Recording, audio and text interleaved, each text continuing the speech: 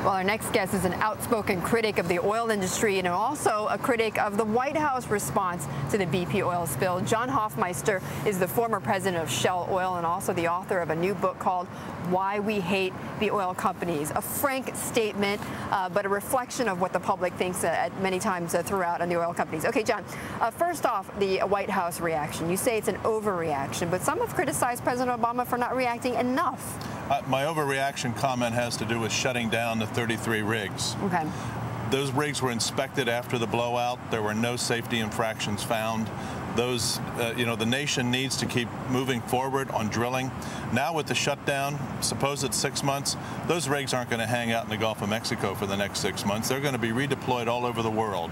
So this is going to essentially be a long-term shutdown because the rigs aren't coming back anytime soon. And what, about 15% of the U.S. supply comes from the Gulf of Mexico. So yes. In other words, we need those rigs. And it's a year after year after year. So the oil companies have a long-range plan in which they're trying to bring oil on stream for use in the American economy so that we can keep the economy moving. Now, what really is problematic about all of this is the gas price is low, so we can probably shut it down for a while without noticing it. But we could see a dramatic spike in the gas price if we are going to be relying on foreign imports instead of producing our own domestic oil. But the real issue, and the reason I'm strongly worded on this, is the nation has to come to grips with a fundamental oil strategy, gas strategy for the long-term future. And this might be the wake-up call. And because we don't know what happened on that rig, we don't know what led to this blowout, to put the broad brush that everybody's having the same problem that BP is, I think is just wrong. Well, but to be fair, I mean, from the BP case, we're finding that there were safety violations and maybe the regulations, the oversight wasn't enough.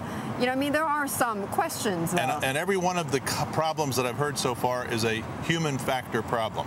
Whether it's judgments about the well, whether it's moving quickly, whatever happened on that rig was a human factor. The equipment is sound.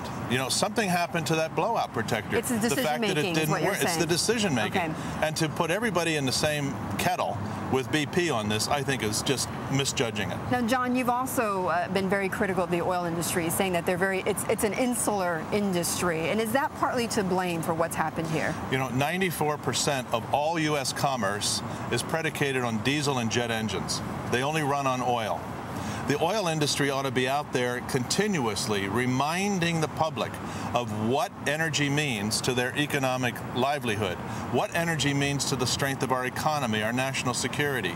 They live in a bunker too often. But wouldn't you say BP was actually one of the companies that did a good job at that? They were. The whole cleaner future ad campaigns, yes. etc. Right. Well, you have to separate the reality from the hype. There was a bit of hype in what BP was doing, and it didn't show those ads in Europe because it wasn't accepted. In the U.S., they showed those ads.